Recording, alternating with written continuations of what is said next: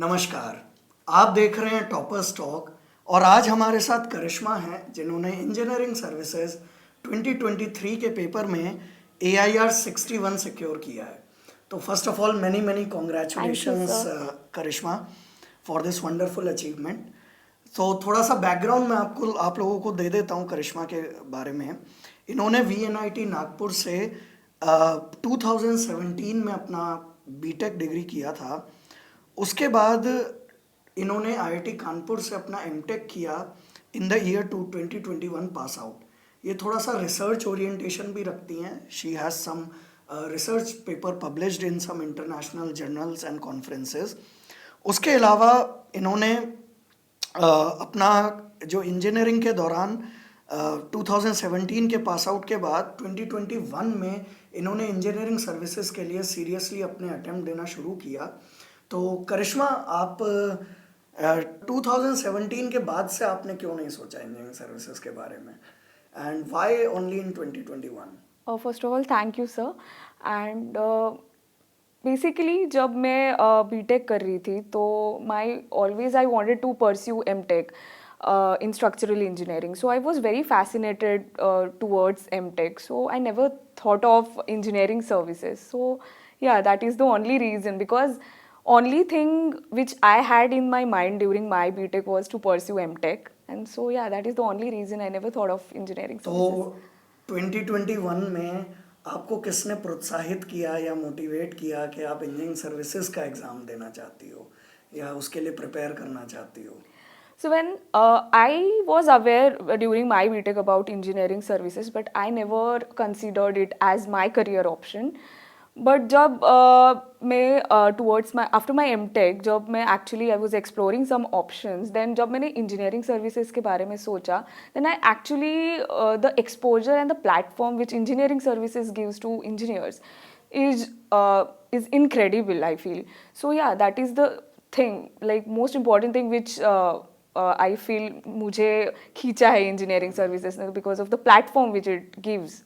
Okay, तो आप थोड़ा सा अपने प्रिपरेशन के फेज़ के बारे में बताइए, बिकॉज आपने मेडिजी के ऑलमोस्ट जितने भी कोर्सेज अवेलेबल हैं वो ऑलमोस्ट सारे ही अटेंड कर रखे हैं। मेंस का online batch, regular batch, then interview guidance programme, तो ऑलमोस्ट हर तरह का प्रोग्राम जो मेडिजी प्रोवाइड करता है you have been supported by those programme. So थोड़ा सा अपना प्रिपरेशन के जर्नी के बारे में बताइए, how you went about preparing for the exam. Okay, पहला तो टारगेट यही था कि हर प्रीलिम्स हो चाहे मेंस हो या इंटरव्यू हो, to score maximum each and every exam, because सबको ही पता है कि कंपटीशन कितनी ज़्यादा है. सो यू कांट लीव कि नहीं अभी छोड़ देते हैं, किसी दूसरे मेंस में कवर कर लेंगे, इंटरव्यू में कवर कर लेंगे. तो यस, तो जब मैंने प्रीलिम्स के लिए पढ़ना स्टार्ट किया था तो my focus was on both the papers, because ऐसा नहीं है कि सिर्फ टेक्निकल में आप स्कोर करो एंड देन पेपर 1 को छोड़ दो, because scoring in both of the papers is equally important.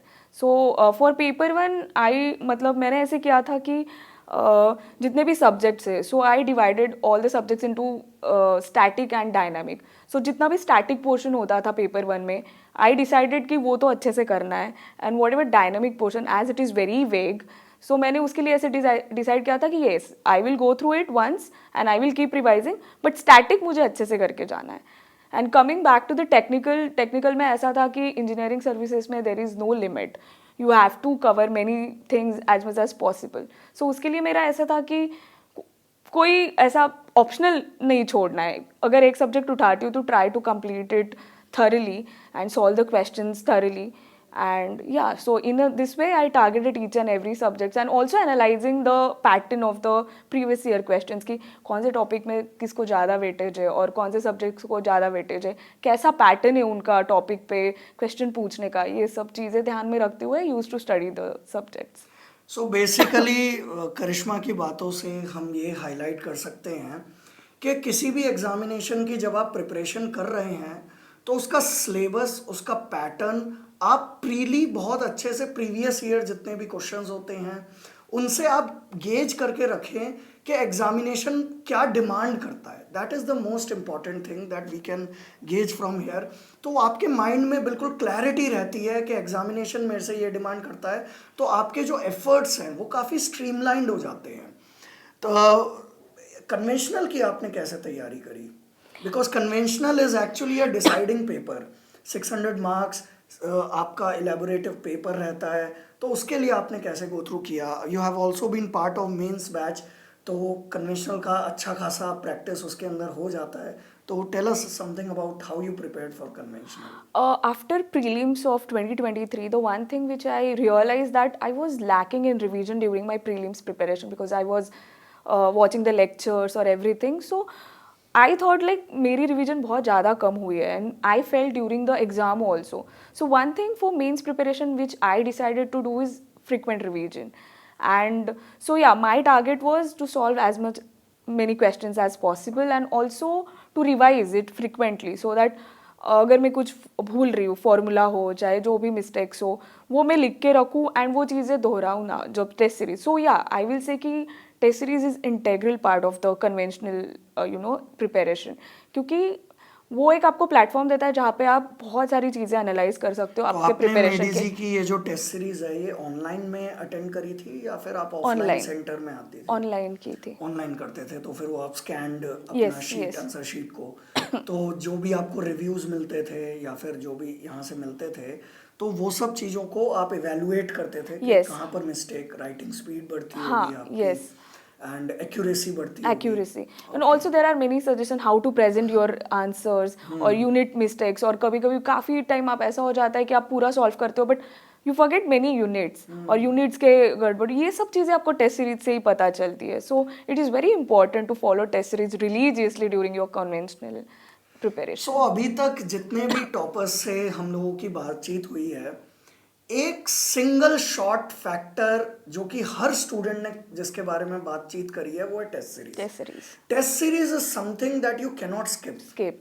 That is the most important part, because आप कहाँ पर लैग कर रहे हो उसके इवैल्यूएशन में बहुत ज़्यादा मदद करता है टेस्ट सीरीज. यस. एंड जैसा कि करिश्मा ने कहा कि एक बहुत इंपॉर्टेंट बात हाईलाइट करी कि वो लिख लेती थी अपनी मिस्टेक्स को, किसी कागज़ पे नोट डाउन कर लिया और फिर लिखने के बाद उसको इवैल्यूएट करके एक दृढ़ निश्चय बना लिया कि नेक्स्ट टाइम मुझे ये रिपीटिशन नहीं करना है इस मिस्टेक को.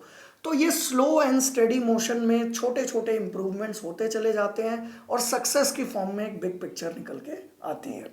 सो करिश्मा, आपने रिवीजन के लिए कुछ शॉर्ट नोट्स वगैरह बनाए थे या मतलब आपकी क्या स्ट्रेटेजी रही थी? क्योंकि अलग अलग स्टूडेंट्स अलग अलग तरीके से रिवाइज करना पसंद करते हैं. कुछ लोग साइक्लिक ऑर्डर में रिवाइज करते हैं, कुछ लोग शॉर्ट नोट्स बनाते हैं. तो what is your, how did you revise the things? What I did actually for conventional exam, specifically I will focus on conventional exam, कि conventional exam में not only formulas are important because if as far as civil engineering is concerned there are many design questions in the conventional exam, so you should know or you should thoroughly know the design steps. So what I did was कि मैंने subject wise ऐसे design steps भी लिख के रखे थे कि if this kind of question comes in the exam, what should the design step we should be following in the exam. So yes, मैंने short notes तो prepare किए ही थे subject wise की, जहाँ पे मैंने main points लिख के रखे थे या फिर formulas लिख के रखे थे या फिर कुछ ऐसा एक critical point होता है which is very important while solving the numerical, वो लिख के रखा था. Trigger points, yes. And conventional के लिए मैंने design steps भी लिख के रखे थे कि XYZ टाइप का प्रॉब्लम है तो what steps I need to follow in the exam. So it saves a lot of time in the conventional exam, I feel. So yes. So basically होता क्या है कि कुछ एक बड़ी, हम लोग जो नोट्स होते हैं, क्लासरूम के नोट्स होते हैं, उसको इतनी बार पलट चुके होते हैं कि वो हमारे सबकॉन्शियस में वो नोट्स होते हैं. बट शॉर्ट नोट्स क्या करता है, कोई एक उस पूरे बड़े टॉपिक में से, 2 पेज के टॉपिक में से कोई एक पर्टिकुलर क्रिटिकल पॉइंट या एक ट्रिगर पॉइंट आपके सबकॉन्शियस में ट्रिगर कर देता है, फिर वो पूरी की पूरी कहानी आपके सबकॉन्शियस में रोटेट होती है. So this is all about repetition is the most important part of preparation. तो करिश्मा, आपने ऑलमोस्ट मेडीजी के सारे तरह के कोर्सेज अटेंड किए, इंटरव्यू गाइडेंस भी, हर स्टेज पे यू हैव टेकन सपोर्ट. तो मेडीजी के सपोर्ट सिस्टम एंड मेडीजी के बारे में आप क्या कुछ शेयर करना चाहते हो? कुछ मेमोरीज हो या फिर कुछ भी ऐसा जो कि आप शेयर करना चाहते हो? I feel Medici has helped me at every at every stage of this examination, be it prelims, because whatever the teachers used to say in the classrooms, ki, these are the very common mistakes which you should not be doing, or how to tackle a subject. It is also equally important to realize that how should we tackle the subject or particular topic.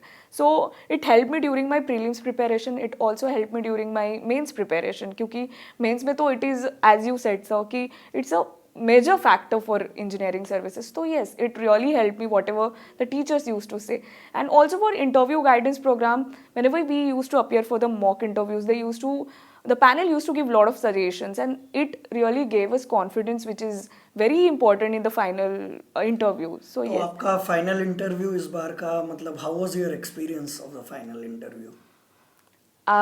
Right now, I feel it was mixed. Like some of the questions which I couldn't answer, I feel, but yeah, it was good. But the mock interviews helped you in facing the final interview? Yes, sir. It actually gave me an insight ki actually how to represent yourself in the interview. So these things you are going to get through mock interviews only. Yes. So yeah, it really helped me during my interview. So Karishma, at the last, आप आने वाले aspirants को कुछ guidance देना चाहो, कुछ share करना चाहो, या कुछ मोटिवेट या इंस्पायर करना चाहते हो, तो I give the stage to you, और कि आप अगर कुछ कहना चाहते हो आने वाले एस्पिरेंट्स को, so you can say. Sir, the only thing I want to say to the future जो aspirants है उनको कि there will be a lot of ups and downs during this journey. There will be points where you will be feeling like you know I can't do it, or you will be like extremely frustrated. But it is the point where you really need to hold on to yourself and just say कि no. Whosoever is giving or whosoever is preparing for the examination is facing the same situations at certain points in their journey. So just do not lose the hope. Just keep going on. Believe in yourself, and yes, you will definitely be succeeding in this examination. सो आपको अपने विचारों में एक clarity रखनी है कि आप जिस एम के प्रति इतने जुझारूपन से लगे हुए हो, आपको उससे प्रेम होना चाहिए कि yes I want to do it. And once that is finalize, तो जो प्रिपरेशन का फेज होता है उसके अंदर दिस इज क्वाइट नॉर्मल कि हर बच्चे के साथ कुछ अप्स रहेंगे, कुछ डाउन्स रहेंगे. आप अपना साथ कुछ फ्रेंड्स को रख सकते हैं, डिस्कशन कर सकते हैं, सपोर्ट सिस्टम रख सकते हैं, ताकि कुछ पॉजिटिव लोग अपने आसपास रखें, ताकि अगर आप किसी तरह के मतलब कुछ लो फील कर रहे हैं तो those will be the people who can take you out from that. Teachers का गाइडेंस आपके साथ हमेशा ही है, पूरा सपोर्ट सिस्टम है. तो continuous effort is required for clearing this examination. So Karishma, on the onset, I would like to congratulate you and your family for such fantastic achievement that you have done. आप ऐसे ही जीवन में आगे बढ़ते रहें, explore करते रहें, because you have also done MTech and now you are going to engineering services, and I pray and I bless that आप जहाँ कहीं भी जाएं लाइफ में वहाँ पर बेटर ही करें, अच्छा ही करें, और अपने समझदारी और विजडम से इस देश की ग्रोथ में भागीदार बने रहें. So on that note, my congratulations to you and your family. Thank you, and thank you to the entire Made Easy team for giving me the platform to share my journey. And also thanks to my family and friends. I want to mention this because they really helped me through my journey and keep me going through this journey. Kept me Family going through. is always the rock solid support. And also friends is the second family, I would say. So yeah, to my family and friends and to entire Made Easy team, and also all the best to everyone, and just have patience, have confidence, and keep going. Thank you.